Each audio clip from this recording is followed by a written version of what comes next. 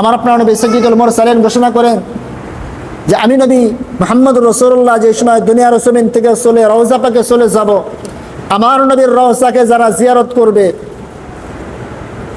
তারা যেন জীবিত অবস্থায় আমি নবী মুহাম্মদ রাসূলুল্লাহর সাথে সাক্ষাৎ করবে। নবী রওজায় চলে গেছেন, সেখানে জীবিত অবস্থায় আছেন, আল্লাহ পাক রব্বুল আলামিনের পক্ষ থেকে রিজিক প্রাপ্ত আছেন। এটা কোরআন এবং হাদিস দ্বারা প্রমাণিত, অসংখ্য কথা আছে সেখানে। তো আপনি সালাম দেন, সালামের উত্তরগুলি সে স্বয়ং দিতেছেন। আপনি যেখানে আছেন, যে অবস্থায় আছেন, আপনি যেভাবেই দুরূদ শরীফ পড়েন না কেন, আপনার দুরূদ শরীফটা স্বয়ং মুহাম্মদুর রাসূলুল্লাহ স্বচক্ষে দেখতেছেন।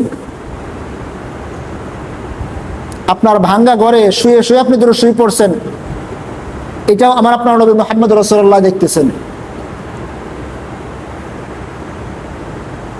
অসংখ্য ফেরেশতা নিযুক্ত করা হয়েছে যে ওই দুরূদের ভিতরে একাগ্রতা নাই, শুধু মুখেই বলতেছেন, এদিক সেদিক আছেন, এর পরেও ওই দুরূদ শরীফটা ফেরেশতারা নবী মুহাম্মদ রাসূলুল্লাহ রওজা পর্যন্ত পৌঁছে দিয়েছেন।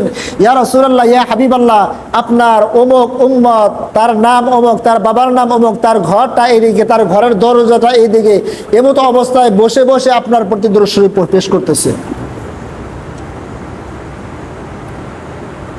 এরকম ভাবে ফেরেশতারা পৌঁছে দেয়, আল্লাহ রাসূল নিজ কানেও শুনতে পায়, দেখতে পায়। সেই নবীর উম্মত আমি আপনি হতে পারছি, আপনার জন্য অত্যন্ত সৌভাগ্যের কথা। অথচ সেই নবী মুহাম্মদ রাসূলুল্লাহ তার আদর্শ কিছুই আমি আপনি বাস্তবায়ন করতে পারি না। রাসূল পাক সাল্লাল্লাহু আলাইহি ওয়াসাল্লাম তার পাক জবানে ঘোষণা করেছেন, মান যারা কবরি ওয়াজাবাত লাহু শাফাআতি,